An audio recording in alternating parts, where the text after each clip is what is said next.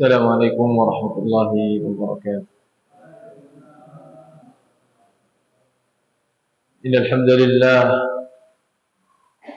نحمده ونستعينه ونستغفره ونعوذ به من شرور أنفسنا وسيئات أعمالنا. من يهده الله فلا مضل له ومن يضلل فلا هادي له.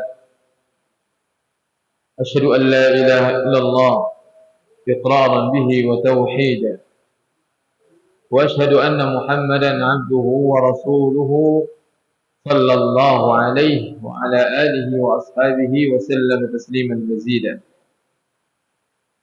يا أيها الذين آمنوا اتقوا الله حق تقاته ولا تموتن إلا وأنتم مسلمون. يا أيها الناس اتقوا ربكم الذي خلقكم من نفس واحدة وخلق منها زوجها وبث منهما رجالا كثيرا ونساء، واتقوا الله الذي تساءلون به والأرحام إن الله كان عليكم رقيبا. وبعد، ikhwani, saudara-saudara yang semoga Allah Subhanahu wa taala senantiasa memberikan kepada kita hidayah, taufik, kemudahan dalam segala urusan, disehatkan anggota badannya, diberkahi keluarga dan hartanya, amin. Pada kesempatan malam hari ini kita memuji Allah Subhanahu wa taala dalam setiap keadaan kita. Meski malam hari ini kita diguyur oleh hujan, alhamdulillah, mudah-mudahan hujan ini membawa rahmat untuk kita semuanya, amin.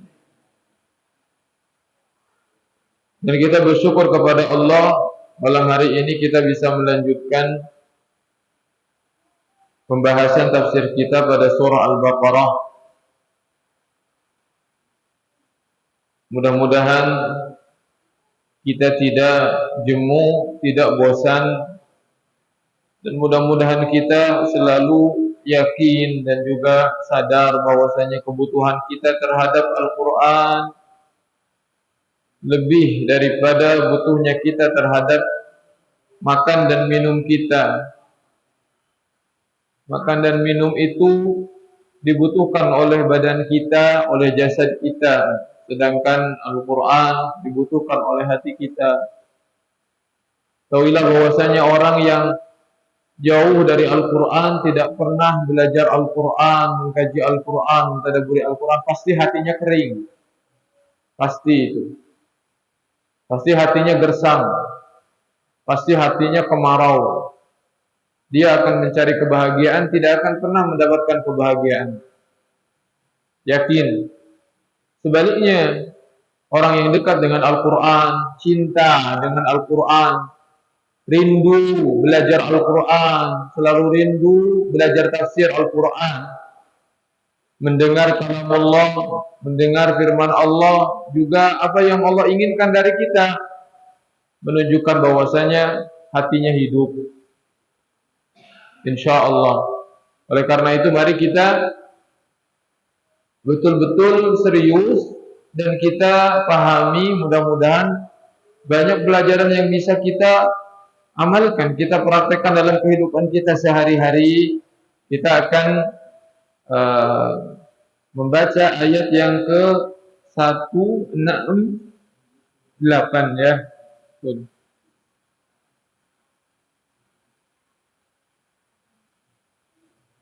Nah. أعوذ بالله من الشيطان الرجيم. أعوذ بالله من الشيطان الرجيم. بسم الله الرحمن الرحيم. بسم الله الرحمن الرحيم. يا أيها الناس كلوا مما في الأرض حلالا طيبا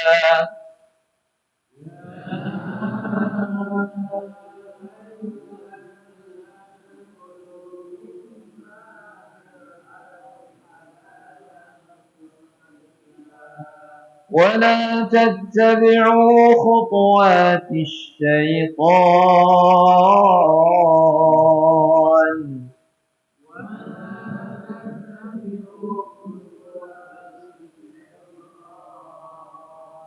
إنه لكم عدو مبين.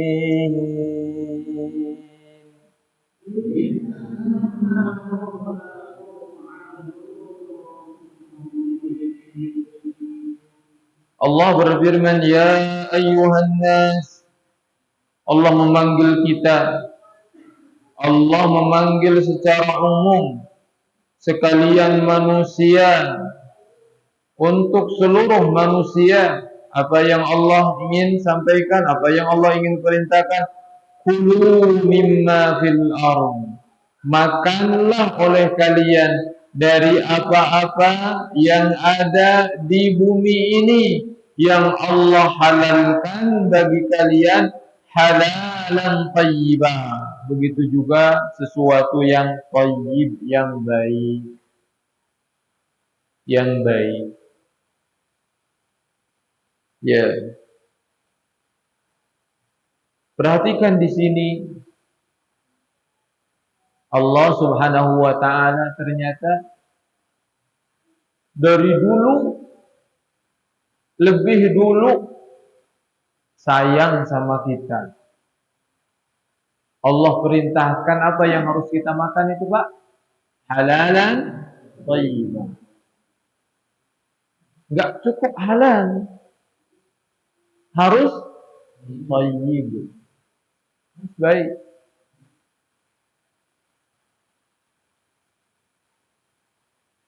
Layak untuk dikonsumsi pada zatnya, ghairu dharin bil abdani wal uqul, tidak memberikan madarat, bahaya kepada badan dan akal.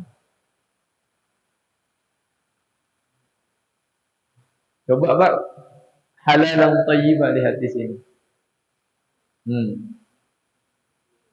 Baik minuman, baik makanan yang masuk ke dalam tubuh kita itu diharuskan yang masuknya adalah yang halal dan thayyib.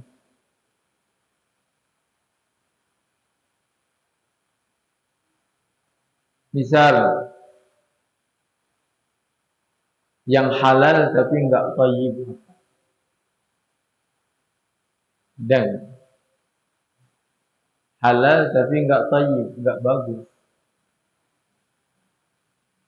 Bapak minum minyak seliter, halal enggak?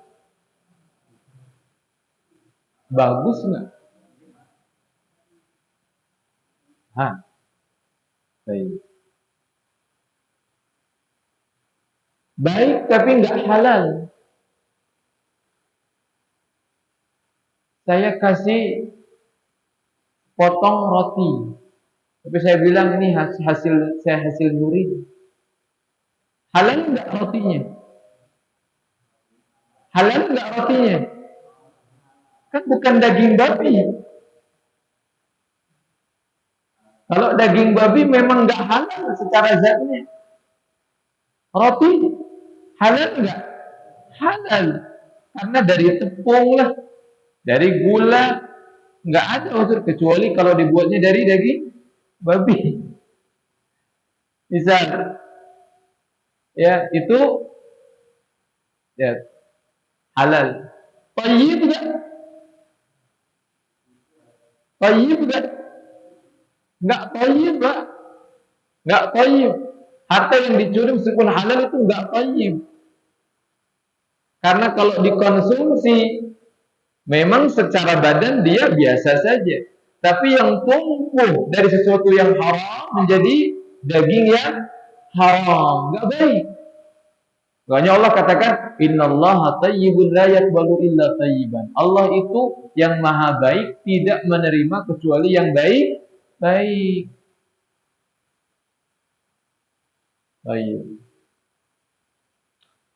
Ya mudah-mudahan kita juga diberikan hidayah oleh Allah Subhanahu wa taala. Sebagian kita mungkin Pak masih ada yang enggak thayyib. Alhamdulillah saya enggak. Karena berdasarkan ayat ini nggak thayyib, nggak ada yang di tulisannya pun juga jelas, ya, nggak thayyib itu. Karena Allah perintahkan halalan thayyiban yang baik. Yang masuk ke dalam tubuh kita syaratnya nggak boleh merusak otak, nggak boleh merusak badan. Jantung pemberian dari Allah, paru-paru pemberian dari Allah, ginjal pemberian dari Allah yang harus kita jaga, nggak boleh kita rusak. Kita yang merusak, Allah nanti akan tuntut kita di hari kiamat. Tidak ada yang tidak akan keluar dari hisab Allah semuanya. Ya, halalan thayyiban. Ini juga berkaitan dengan rezeki, ini juga ada isyarat bahwasanya kita harus mencari rezeki yang halal dan thayyib. Kenapa? Karena kalau kita disuruh makan berarti kita juga disuruh cari rezeki yang halal dan juga thayyib. Yang merusak otak apa? Khamr. Khamr. Khamr itu segala sesuatu yang memabukkan. Itu khamr namanya. Ya. Narkoba, ada nggak dalilnya haram narkoba? Kalau khamr ada, narkoba, narkotika, semua segala jenisnya ada nggak dalilnya? Ada nggak dalilnya, Pak? Jangan-jangan ragu. Ya Ustaz, ya nggak ada dalilnya yang mengharamkan. Berarti narkoba halal. Oh, nggak. Bukan begitu. Dalil itu tidak mesti sesuatu yang langsung seperti khamr, tetapi segala sesuatu yang bisa membahayakan itu diharamkan oleh agama secara umum. La darara wa la dirar, tidak boleh membahayakan diri sendiri, tidak boleh membahayakan orang lain. Makanya dalam agama ini kalau yang pernah belajar, ada Al-Quran, ada As-Sunnah, ada ijma, ada qiyas. Tahu qiyas? Analogi. Analogi qiyas. Contoh dalam Al-Quran yang diharamkan itu nggak boleh mengatakan kepada orang tua. Nendang boleh nggak tuh? Mukul boleh nggak tuh? Kan nggak dilarang. Nggak masuk akal, Pak, kalau bilang saja nggak boleh, tapi mukul nendang orang tua boleh. Nggak masuk akal. Khamr saja yang merusak otak mungkin cuma berapa perempat gitu ya, berapa persen merusak otak diharamkan. Narkoba misalkan merusak seluruh otak, masa kok nggak haram gitu? Itu kita belajar dalam usul fiqh demikian.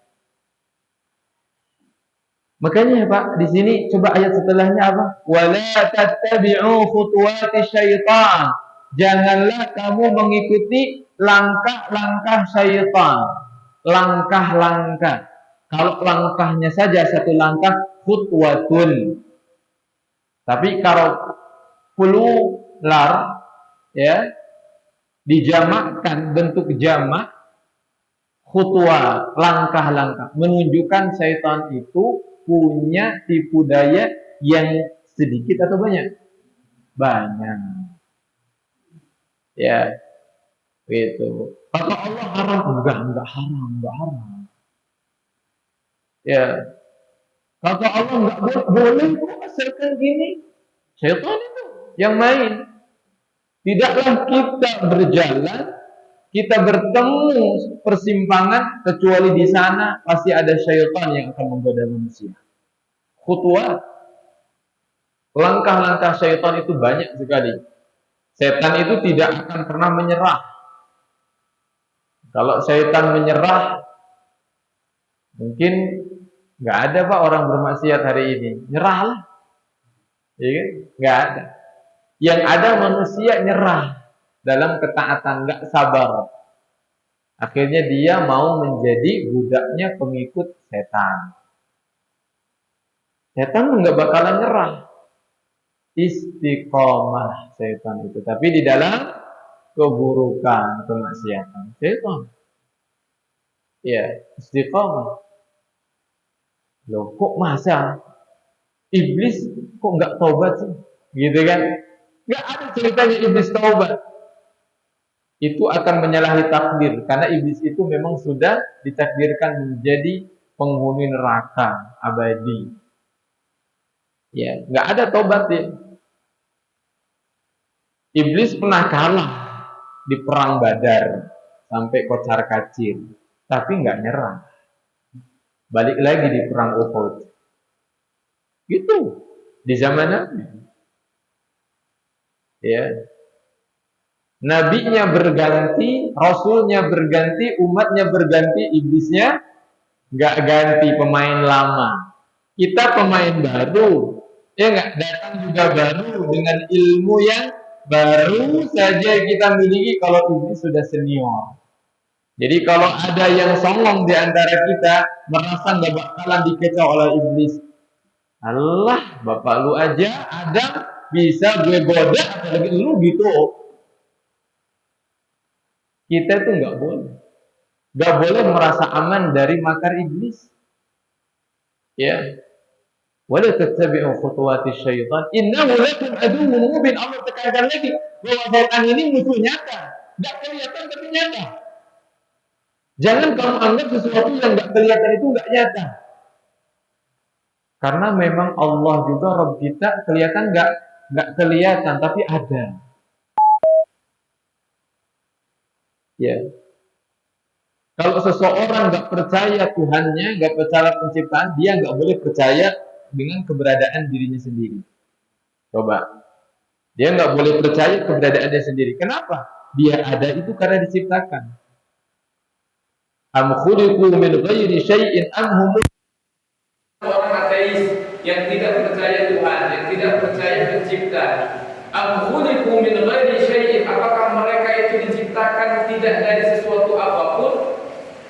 Ya, Amhumul khaliqun, atau mereka sendiri yang menciptakan. Gak mungkin ada orang mengatakan aku dulu menciptakan diriku sendiri. Allah yang menciptakan. Jadi kalau dia menentang Allah, tidak percaya Allah pencipta, dia juga tidak boleh percaya kepada keberadaan dirinya sendiri. Itu mustahil. Ya, mari kita lanjutkan lagi. Innama ya'murukum bis-su'i wal fahsya'. Innama ya'murukum bis-su'i wal fahsya' wa an taqulu 'ala Allahi ma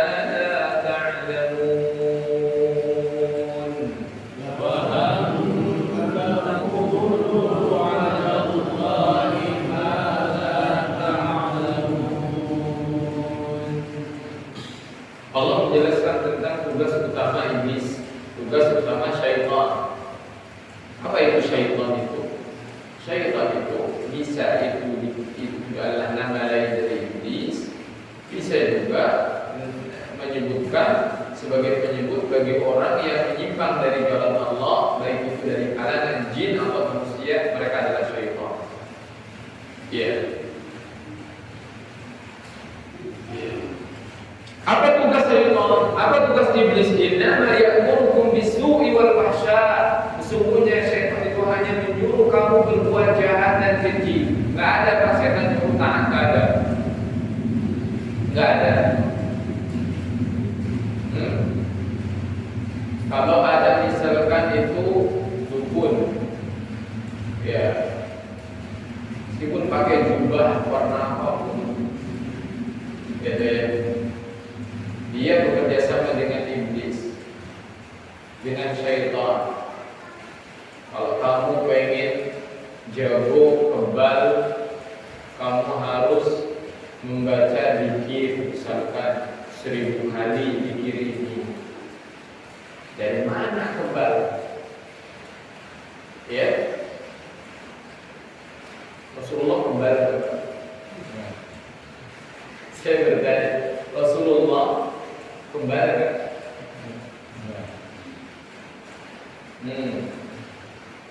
Kalau kebal, kenapa beliau sampai pecah di gerahnya di penonton?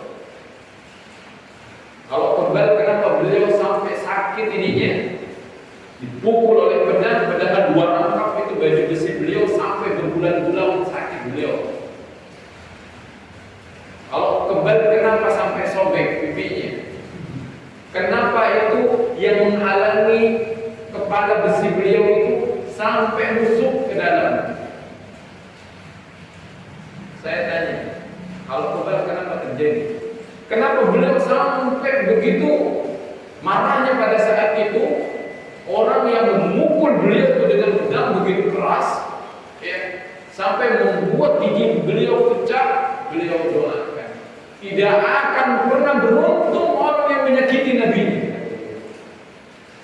Saking beliau marah di sana,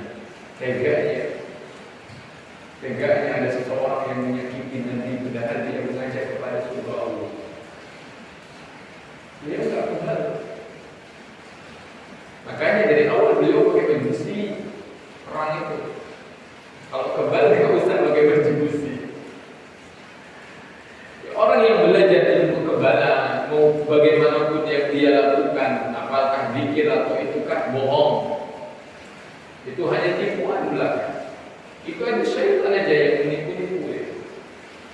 Nah, karena memang niatnya pertama memang sudah hilang orang yang berkaitan syaitan, telah hilang tauhidnya, telah rusak akidahnya. Ya, syaitan ini hanya menyuruh kepada bisu'i wal fahsya, kekejian. Syaitan tidak menyuruh pada sesuatu yang baik, tidak, tapi yang dia perintahkan untuk bermaksiat, berbuat kemungkaran, berbuat sesuatu yang jelek, sesuatu yang hina. Wa an taqulu 'ala Allahi ma la ta'lamun. Di sini dikatakan, dan agar mengatakan terhadap Allah apa yang tidak kamu ketahui. Sok tahu. Berbicara tentang agama tanpa ilmu. Itu kepengen syaitan, itu tugas syaitan itu. Menyuruh manusia, ayo ucapkan ini. Ayo kamu berbicara tentang agama, enggak apa-apa, kamu kan pintar ngomong. Enggak usah pakai dalil. Yang penting kamu pintar ngomong. Yang penting kamu jago retorikanya. Enggak usah pakai dalil.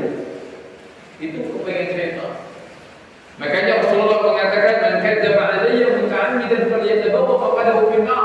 Barang siapa yang berdusta atas nama kami, membuat hadis palsu, membuat hadis yang dikarang-karang oleh dia, disadarkan ini adalah ucapan Rasulullah, padahal bukan dari Rasulullah, maka persiapkanlah tempat duduknya di neraka, kata Rasulullah sallallahu alaihi wasallam.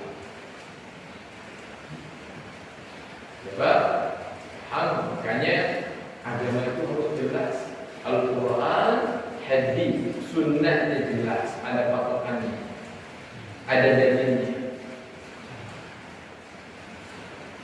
Persis kalau bapak sekalian berobat ke dokter, dikasih obat resep, Pak, konsumsi tolong 3 kali sehari.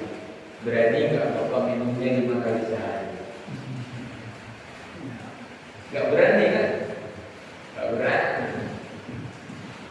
Begitu juga resep syariat ini, dari Allah dan dari Rasulnya. Ada Qurannya, ada hadisnya. Ini resep, tolong jadikan kitab ini petunjuk. Petunjuk, apa sih petunjuk itu? Kita tahu semua petunjuk. Berarti alat sebagai kita untuk menunjukkan jalan kita. Kalau kita tidak sesuai itu, berarti kita tidak akan sesuai dengan petunjuk itu. Berarti tidak akan menyampaikan kepada tujuan kita.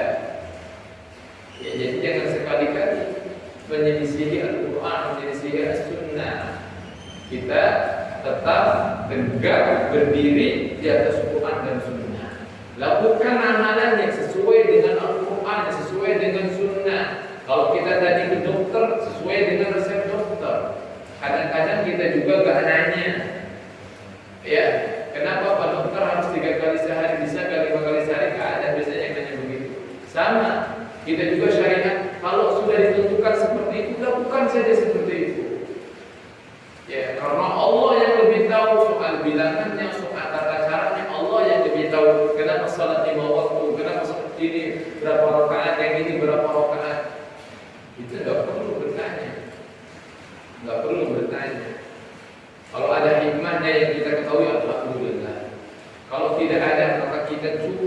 menerima dengan penuh keimanan dan keyakinan.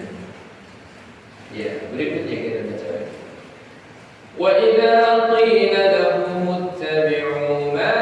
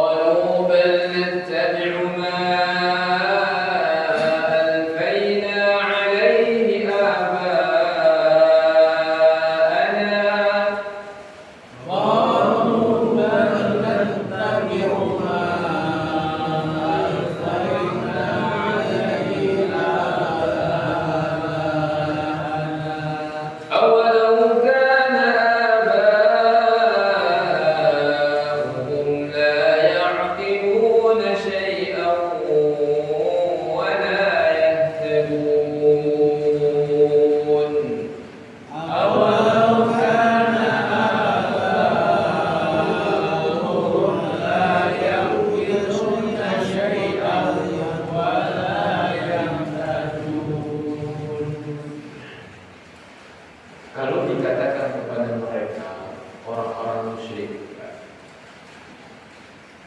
ini jangan menganggap enteng, jangan menganggap mudah ya. Ittabi'u, kata Allah melalui Rasulullah, ikutilah oleh kalian ma anzalallah, apa yang Allah turunkan. Ini adalah Al-Quran ini. Saya bacakan kepada kalian, ikuti firman Allah. Kata Rasulullah berdakwah berapa tahun di Mekah? 10 ya, insyaallah. Berdakwah menyampaikan Al-Quran kepada orang-orang musyrik. Tahu enggak, Pak? Kenapa sih mereka itu enggak ngikut gitu kepada Rasulullah? Sampai Rasulullah harus berhijrah. Bahkan setelah hijrah itu enggak sampai di sana terjadi perang.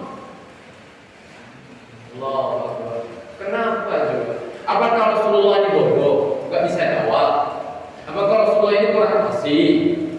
Apakah Rasulullah ini kalau dakwahnya itu enggak lancar gitu?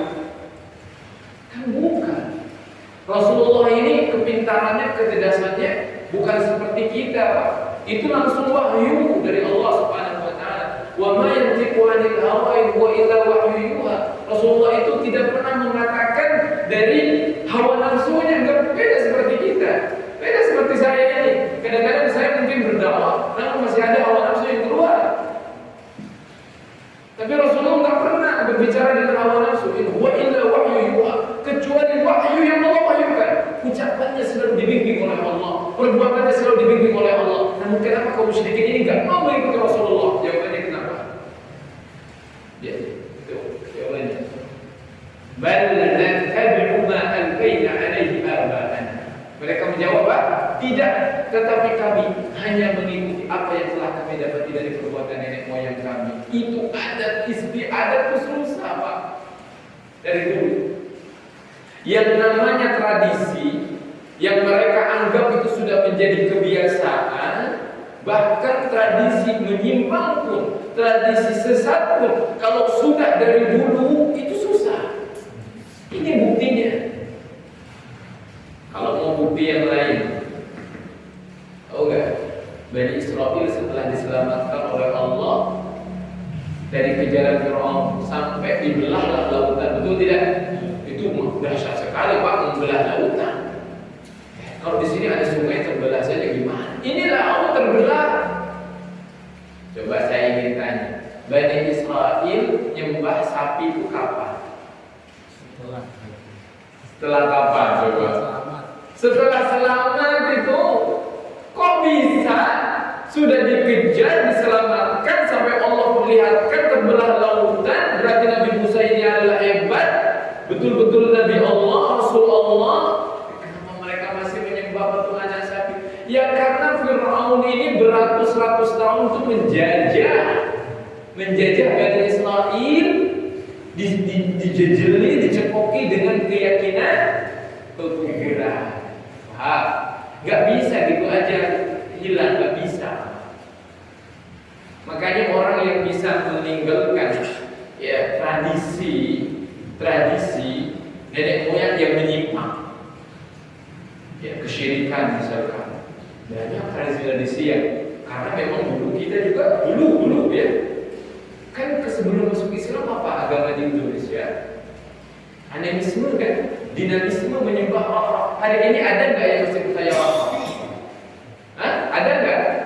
Kalau kita dakwahi gimana Pak? Ini udah 2025 misalkan, tetap susah kayaknya. Nggak semudah itu Pak. Ngedakwahi seseorang yang memang itu dia keyakinan kayak nenek moyang. Kenapa?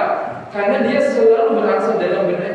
Gak mungkin nenek moyang saya itu salah. Gak mungkin. Masa sesuatu yang sudah turun-temurun puluhan tahun salah sih? Loh, kayak gini.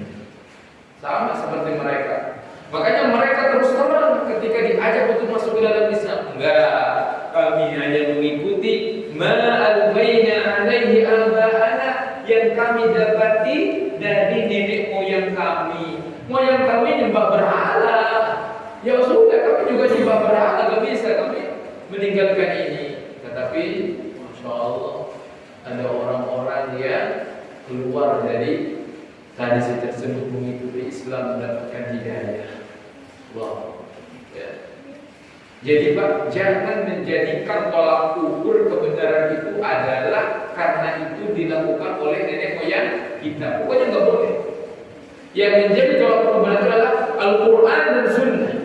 1000 tahun andaikan kita hidup dan pada usia ke-1001 kita mendapatkan kebenaran yang di sini 1000 tahun itu harus diikuti. Tidak boleh mengikuti sesuatu yang menyimpang itu meskipun itu sudah berlaku beratus-ratus tahun. Tidak boleh.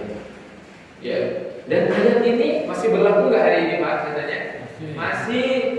Kalau Ustaz nggak mungkin sekarang mah ada yang nenek moyang sobek aja Pak Qurannya buang kalau gitu. Oh udah nggak laku ini ayat ini. Nggak mungkin kita katakan seperti itu. Allah jadikan Al-Quran ini agar terus kita baca hari ini karena memang ini masih berlaku. Masih menjadi peringatan karena masih ada orang-orang sampai saat ini. Awalau kana aba'uhum la ya'qiluna syai'an wa la yahtadun, kata Allah. Ya. Walaupun nenek moyang mereka itu tidak mengetahui sesuatu apapun dan tidak mendapat petunjuk, meskipun enggak ada dalilnya, kalian tetap mau mengikuti. Ya. Mereka kan sudah terlanjur. Istilahnya itu memegang teguh tradisi, pokoknya gak ada kitabnya, gak ada petunjuknya, gak ada mukjizatnya. Kalau sudah jadi tradisi, kita akan ikuti. Tidak boleh. Tidak boleh. Tetapi kita harus berdasarkan Al-Quran dan Sunnah. Tradisi kita adalah Al-Quran dan Sunnah. Ya. Kalau kita berdalil bahwasanya ini adalah nenek moyang tradisi nenek moyang saya sudah 20 tahun Al-Quran sudah tidak berapa abad? 14 1400 ya, Masya Allah. Al-Quran ya. Pun juga lebih dulu Al-Quran. Maka ikutilah Al-Quran. Baik. Nah, kita lanjutkan lagi. Masih ada waktu kan? وَمَثَلُ الَّذِينَ كَفَرُوا كَمَثَلِ الَّذِي يَنْعِقُ بِمَا لَا يَسْمَعُ وَمَثَلُ الَّذِينَ كَفَرُوا كَمَثَلِ الَّذِي يَنْعِقُ بِمَا لَا يَسْمَعُ إِلَّا دُعَاءً وَنِدَاءً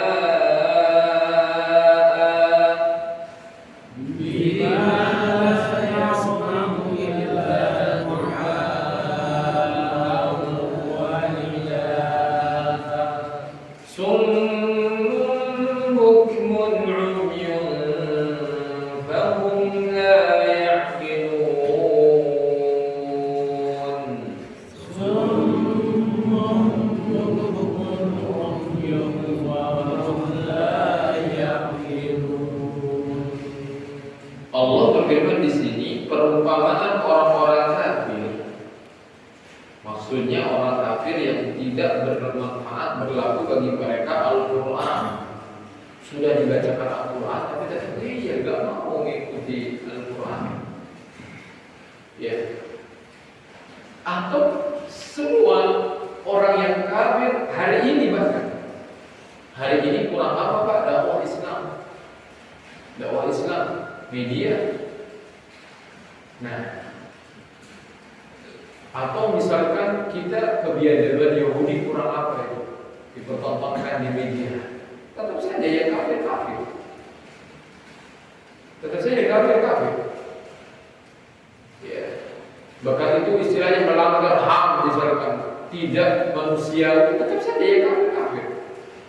Karena dia tidak pernah tersentuh hatinya, tidak menyerap manfaat daripada bukti-bukti kebenaran Islam. Maka Allah